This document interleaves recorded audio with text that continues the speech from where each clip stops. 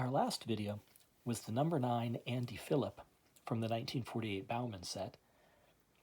I couldn't resist going to the very next card in this set and talking a little bit about it. This is the number 10. This is Bob Davies.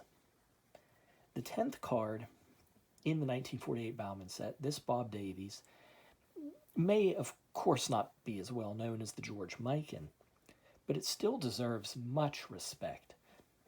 Davies basically invented the behind-the-back dribble.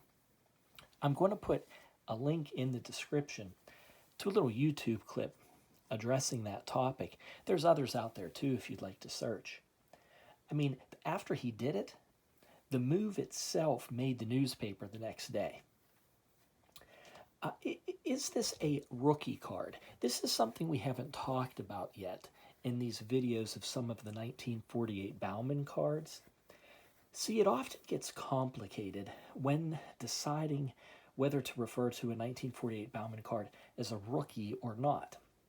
Now, technically, these are first appearances on a basketball card of basically all of these players. So there's your easy way out.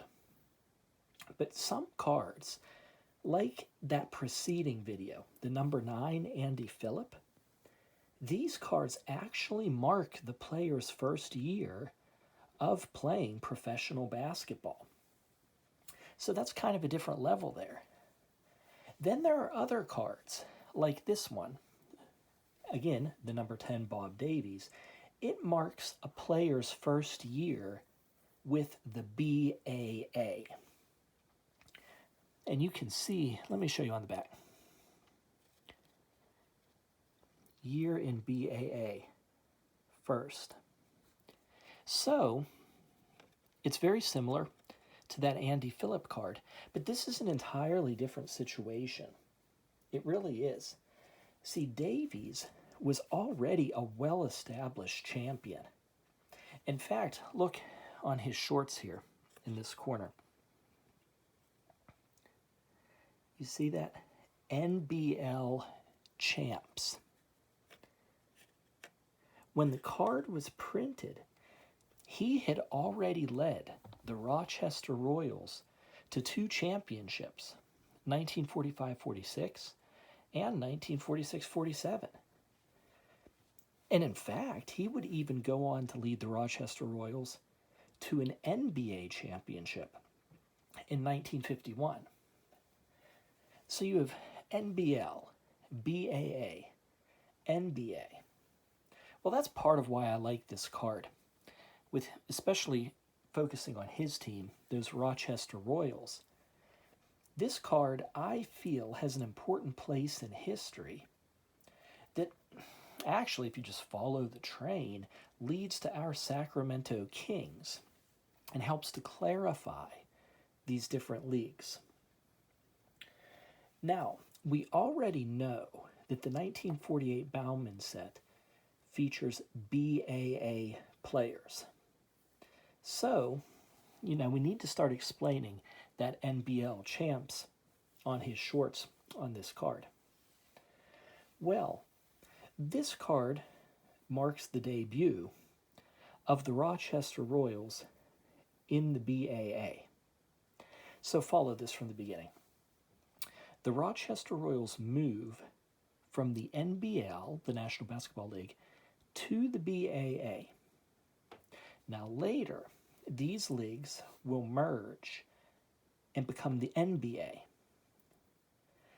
After that, the Rochester Royals are going to move to Cincinnati in 1957. They're the Cincinnati Royals now. Then they moved to Kansas City, Missouri in 1972. And they play some of their games in Omaha, so we refer to them as the Kansas City Omaha Kings. The team gives up on going to Omaha about 3 years later in 75. They're just the Kansas City Kings. And finally, that team moves to Sacramento in 1985, giving us the Sacramento Kings. This is a chain of events that all starts with the move mentioned in this card, and that's the NBL to the BAA switch. of the Rochester Royals. Okay, away from the teams, another interesting piece of trivia found on the back of the card is the fact that we see Davies was commuting to coach at Seton Hall while he was playing. Yeah, right here. Last year, he coached his alma mater while performing for the Royals, commuted by plane between contests. How neat is that? Coaching while he was playing. It's not the only card in the 1948 Bowman set where we have that. The number 14 card, Howard Dalmar, he did the same. And in fact, I have a video from the 1933 Gaudy Sport King set about Ed Wachter. He's actually another player-coach combination. So, I mean, it was uncommon, but not as uncommon as one might think back here in the 30s and the 40s. So I just wanted to talk a little bit about this card. I really believe this is more than just a common in the 1948 Bowman set. And in my opinion, I mean, what collector doesn't want the inventor of the behind-the-back dribble in their collection? Really neat card. We'll talk to you later. Bye-bye.